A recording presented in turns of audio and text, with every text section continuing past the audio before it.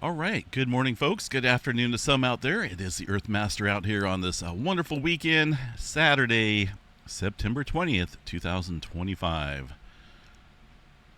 Just about 11 a.m. here, California time. Latest activity shows a 3.0. Well, there's a 2.6 there across the area of western Turkey. Also a 3.0 here in the red flag around the Indonesia area. Quite a bit of clustering going on there. Notice a pancake of earthquake activity there across the Russia area. That is continued earthquake activity from the 8.8 that struck there back in July. May seem like a large amount of earthquake activity out here, and it definitely is. From an 8.8, there is an expected number of aftershocks. Let me show you guys real quick here on the map on this graph here that I drew up.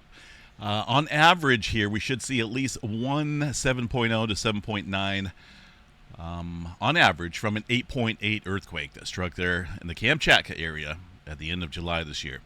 So far, we've seen two, 7.4 and the 7.8. About 10 aftershocks in the range of 6.0 to 6.9. Let's take a look here and see where we're at in terms of that magnitude. So if you take away the four earthquakes here, of magnitude 8.8 and then the sevens, well, that's going to leave us 22 earthquakes of magnitude 6.0 to 6.9. So we're double in regards to the sevens and the sixes. I didn't go and count the five-pointers, but we're still seeing a lot of large activity out here. And when you compare it to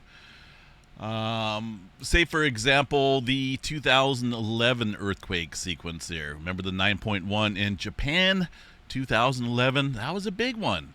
We also had some foreshock activity there in the 7 range, it looks like, a couple days prior to the 9.1, similar to what we had here in the Russia area this year. We had 6s and even a 7.4 that was happening 10 days previous to the 8.8. These guys here, man, a lot of activity there, roughly in the same time period. I didn't go all the way to the fives in terms of the magnitudes, but I did pull up about a month and a half of data following the 9.1.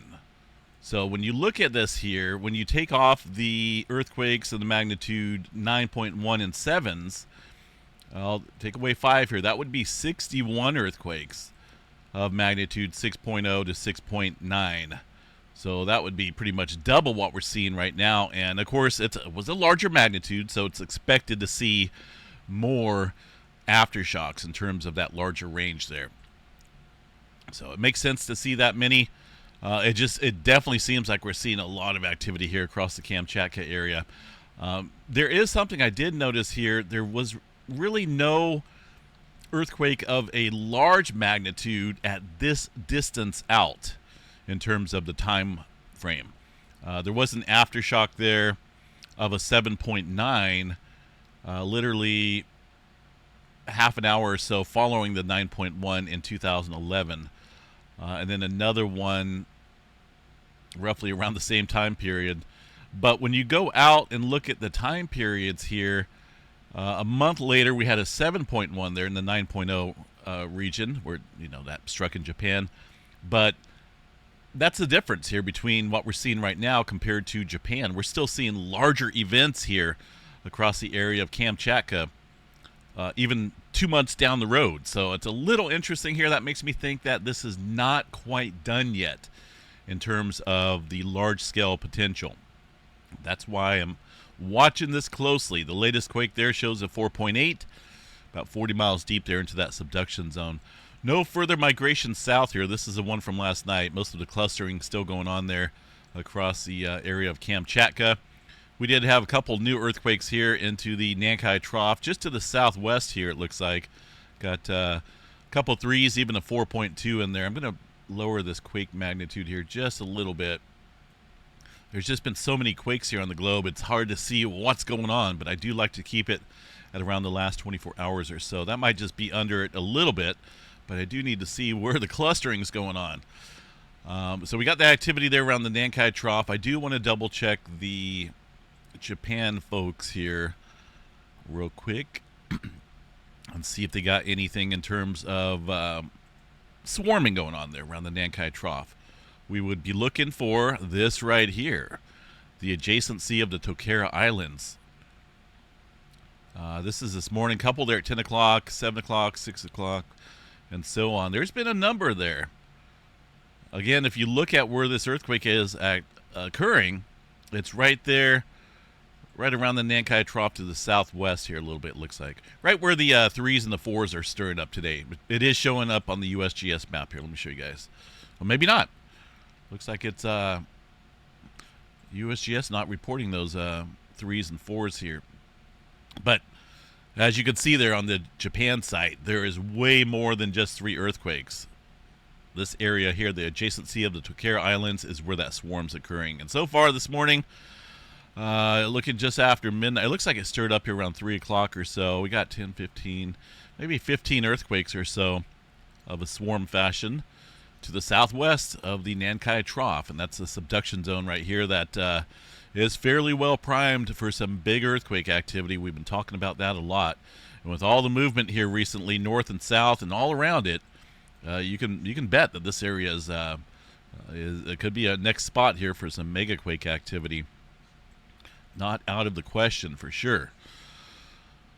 All right, some further movement here across the Java Trench as well. Up around the Myanmar-Burma region, a couple 4s. Really nothing big happening out here. It does look somewhat elevated, but this is a crunch zone here. It's always got earthquake activity in the 3 and 4 range. There may be a couple more 4s than normal, but nothing in terms of large earthquake activity around this region for now. Back here across Papua New Guinea, a couple 4s it looks like from early this morning. New Zealand down there had a 4.2. Looks like it's pretty shallow there, just north of Christchurch, around South Island area. 3.5 as well. Newer, deeper movement up here into the Kermadec Trench. New Zealand definitely down there around an area that's been locked and loaded, so to speak, in terms of stress accumulation. A lot of earthquakes there in the Fiji area right now. That's some super deep movement. Finally, looks like we're starting to get some adjustment down here. Alaska, 3.3, way up north. Let's go ahead and check out the west coast here real quick. Let's see what we got going on. Now, I know it's a weekend, right? And you'll hear me say it a lot if you watch my weekend updates. Nothing is going to get reported out here for earthquake activity unless it's above a certain threshold. Or maybe somebody might be bored on the weekend.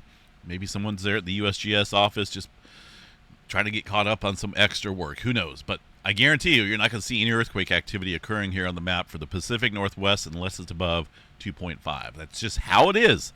Don't ask me, but that's how it is. I want to show you guys the Mount St. Helens seismograph station here real quick. We were talking about this a little bit last night. I do think there's some deeper earthquake activity occurring right around the magma chamber of Mount St. Helens. Down there, about 4 to 5 miles or so. This is these are a couple earthquakes here. Some of these may be some of the deeper quakes that we can see on the previous UTC time, like these right here. Now, how do I know that they're earthquakes? Well, you can compare them to technically what they're reporting in terms of earthquake activity here recently. Let me go over here to Mount St. Helens.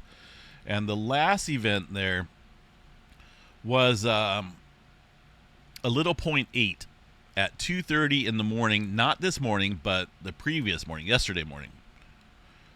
That was about 4 miles deep there, down around where the magma chamber is there. So I went back. We did this last night, but I want to show you guys again.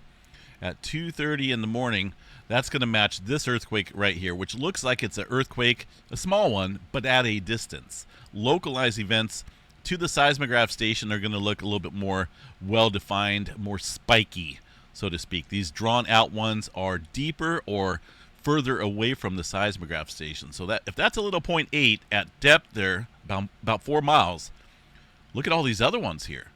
Those are all got to be all other deeper earthquakes underneath the area. Some of those may be some distant events away from the region, but I do think that we have more earthquake activity occurring around Mount St. Helens than what is being put out here to the public. That's what I see here on the graph. If that's a 0.8, what about all these other ones here? I found this site, which is kind of neat. It is a volcano view, so to speak, and this is Mount St. Helens. I want to show you guys the ash that was blowing around here a couple days ago on the 16th. So this is at night. We're going to play this just coming in the morning. Look at all that volcanic ash from the wind. The wind is technically blowing everything sideways, so it is picking stuff up from the summit area where it looks like there's not a whole lot of snow or ice. You guys see that? Not a whole lot of anything. So they can't say that some of those earthquakes there on the seismograph station are ice quakes, because that would be false. They say that there's ice quakes at Mount Rainier, and that's what we're seeing. Yeah, Mount Rainier does have a little bit more snow and some glaciers up there, but so the earthquake activity we're seeing obviously at Mount St. Helens and underneath this area, because there's not a whole lot of snow, at least on this end. But that was the ash that got carried away. No, I mean, obviously, if there was some type of eruption going on, we would see it. That is just wind picking up a lot of ash from the 80 eruption, 1983, I believe it was. But since then, as you can see, really nothing else in terms of that that wind picking up the. Oh, there's a little bit there. See it? But notice how it really stirs up here on the backside. And if this was a volcanic feature, it would come like straight up without any wind. But when the ash gets kicked up here, you can see the wind just really blowing it sideways. So that's exactly what that is, just the wind stirring things up for now. But I do think there is definitely some earthquake activity underneath the area, more so than normal. Mount Rainier, nothing showing up. It is the weekend, so let's go check here across the Mount Rainier seismograph station. Make sure everything's on. Keyboard was on this time. I'd hate to redo another 12 minutes here. By the way, member drawing is going to be held later this afternoon, so jump on board if you're not a member, so you can win some prizes. Picking out 2 people today. Still working on getting everyone in there. There's definitely a legit earthquake. See, they claim that this here is nothing but ice quakes and stuff like that, but it looks eerily similar to when the swarm was going on back in July. I keep showing you guys this in comparison because it's a good comparison. It wasn't as intense as what was going on back in July when there was hundreds of earthquakes a day, but you know, it's still got some earthquake activity out there, just not as numerous. And they're not ice quakes. They're not, can't be ice quakes. That's a man, that just doesn't sit right with me. So I'll continue to check back on those periodically. Nevada's seen another decent size event there, 3.4 just before midnight. Brings the total up to about 144 earthquakes out there in the middle of the desert. There is some geothermal operations out here, so some heated areas below. So obviously this could be some type of volcanic activity, but not associated with the McDermott super volcano that sits over here somewhere. But there was really no main quake. It just a 4.8 in the middle of all this swarming was the largest event, but I'm still watching that, seeing what is taking place there. I'm tempted to drive out there if it continues to stir up like that. It's not too far of a drive from me. Let's see here. Northern California, pretty quiet. Bay Area, pretty quiet. One earthquake on the San Andreas Fault, the southern segment, little 1.8. One of these days, we're going to have a little microquake out there, and it's going to trigger the San Andreas Fault out here. You just never know. I always wondered what it would take to trigger the San Andreas Fault, being right on the plate boundary, you know. Is it going to take a 3? Is it going to take a 4? You know, this area down here, the extreme southern end, hasn't had any rupture in over 300 years. The area up north, a little bit sooner, 1857 or so. But, you know, there's still a lot of locked areas out here, and it's just so much time has passed along the San Andreas Fault that anything could trigger it, I think. So we do have to watch that. The rest, well, 2.5 and above is pretty quiet. Nothing above that level.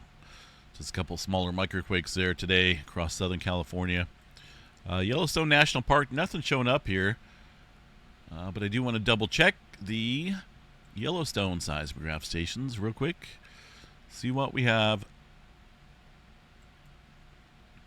Really nothing going on here that I can see. A couple smaller events here on the graph. I will check over here around Lake Yellowstone. That one's offline. I think there's one underneath here. That one's offline too. Which is the one that works out here? Got to be another one that works out here. Is it this one? That one works, but hard to tell if that one's properly tuned or not. But I don't see anything of any major value going on there as far as noteworthy mentioning across Yellowstone for now. Oil fields of Texas still rocking and rolling. One earthquake out there in the Carolina region, 1.7 late last night. Take a look here at the world view real quick. Not a whole lot going on in Alaska for now. Hawaii's paused with the current eruption, or the former eruption. Episode 33 ended here yesterday. South America, a handful of earthquakes down here, even some newer quakes down into the South Sandwich Trench. A lot more earthquake activity south of the equator today. Definitely noticing that, including areas around New Zealand, but it comes and goes. We'll definitely watch areas of concern, and there's numerous regions right now. I think the main thing up here is along the Kamchatka Trench with this type of activity stirring up there. Don't think it's done yet. All right, quick glance here at the space weather activity. Fairly neutral, hovering around the B and the C flare category, just low-grade C flare activity, I should say. I got to remember to turn my mic down just a little bit here. I know it clips when it gets up into the red. Try not to make it do that.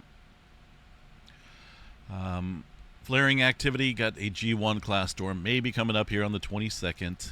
That's from a coronal hole that's currently facing us. Takes a couple days to get here. This imagery is still wrong. This is the latest imagery there of coronal hole number 80. As far as any major sunspots go, this is a day behind. This is UTC time, and we are technically in the UTC time almost here of the 21st, so this is literally a day behind. There's a little earthquake there on Anza station. I believe that's from that 1.8. Let me see here real quick. At 11:08. That would match this one right here. So it did pick up that 1.8 quite nicely. All right, back to the space weather activity here. Again, no change overnight. That M flare that kicked off here, excuse me, yesterday came from 4216. 4220 down here looks like it's starting to grow a little bit, even though this is a day behind though, and it's really can't look at any newer models because they're all offline. A couple newer sunspots there on the eastern limb, but if you go to like the supposed most recent imagery, and this is from the official NASA.gov site, look when this was put out on the 13th. So over a week ago. Hello? You tell me they don't know that that's offline? Anyway. Flare threat, about 35% chance there for M flare. X flare, these guys have bumped it up for some reason around 5, but more than likely not. At least looking at the current magnetogram image. Quick glance here at the next close approach asteroids to the planet. Shows, well, we got a number of them. Nothing big. They're all millions of miles away as well. All newly discovered. But really nothing of any concern there. It's all, like I say, at a safe distance. As far as any severe weather goes today, just a bunch of thunderstorm activity out here. Marginal risk for some severe weather across Oklahoma. Looks like mainly due to a little bit of wind and maybe just a little bit of hail threat associated with those thunderstorms. As far as any tropical systems here coming into the Gulf or the Atlantic, just putting this into motion. There's a little system out here as we head towards the end of September that, like I say, it looks like it may come close up there to the northeast, but that's a ways out. I don't see anything of definite activity for now, but this could obviously change. Pacific Northwest here. It's getting some rain coming up. I wish it was down here in Northern California. I want to see what we got here for the next. Oh, look at that. Boy, do I feel lucky here. Not a drop of rain here in the next few runs. Up in the Sierra Nevada mountains in Oregon and Washington, but why right over my area? Literally every other portion of the country has rainfall that's to be expected here, except for where I live. Man, that is some bad juju there. I'm hoping for some rain. I'm not a big fan of the heat. We're going to be up around 100 degrees here the next couple days again. So, yeah, that's where I live. I don't live in Death Valley. I live here just outside of Chico in Northern California. Beautiful Northern California it is, but the heat is no good. All right, there's that 1.8. Some more earthquake activity there on Russia is showing up. Looks like nothing big, but we will continue to watch that, folks. Have yourself a wonderful Saturday. We'll see you guys out here in a couple hours. By the way, members, we have 115 members right now. That's a decent amount. Latest one here, Allie, it looks like, super fan, joined one day. Our longest members here, let me show you guys here real quick. Holding steady with no interruptions. Look at that. Robert Kozowski joined 39 months ago. Absolutely no interruptions. That's pretty awesome there. Thank you, Robert. Albert Sanchez Jr. comes in second there. 39 months. Rejoined 20 months ago, but these are our long-standing members. Look at that. Rob 52, 39 months. Denny Ad, 38 months. Pamela Conley, 38 months. Nancy Kozowski. Purple Bullet, 36 months there. Pamela's been 38 months nonstop. Same for Diniad. Look at that. Mike Moses as well. Hurricane Heather, 36 months. And the list goes on and on and on. So we do appreciate everyone joining out here. If you'd like to be put in the Magic Fishbowl for today's drawing, where you can win a $50 Visa or MasterCard or gift card of your choice or wherever you like, then jump on board. Also, if you don't want anything in terms of that nature, or if you want to donate it somewhere, say, okay, I win, take that $50 donation and donate it to this charity. I will do that and send you a receipt. Anything I do is backed up by my word and, of course, a proof of that. If you want a geology mining kit, which is pretty cool, that's also an option. Or if you want an Earthmaster t-shirt or sweater, that's also an option. So the choice is yours. That is, if you're picked. We'll do that here in a couple hours. So we'll see you guys then. It'll be a separate live stream. It'll actually be a secondary live stream from the live stream that's currently running. Have a good one. We'll see you guys out here soon.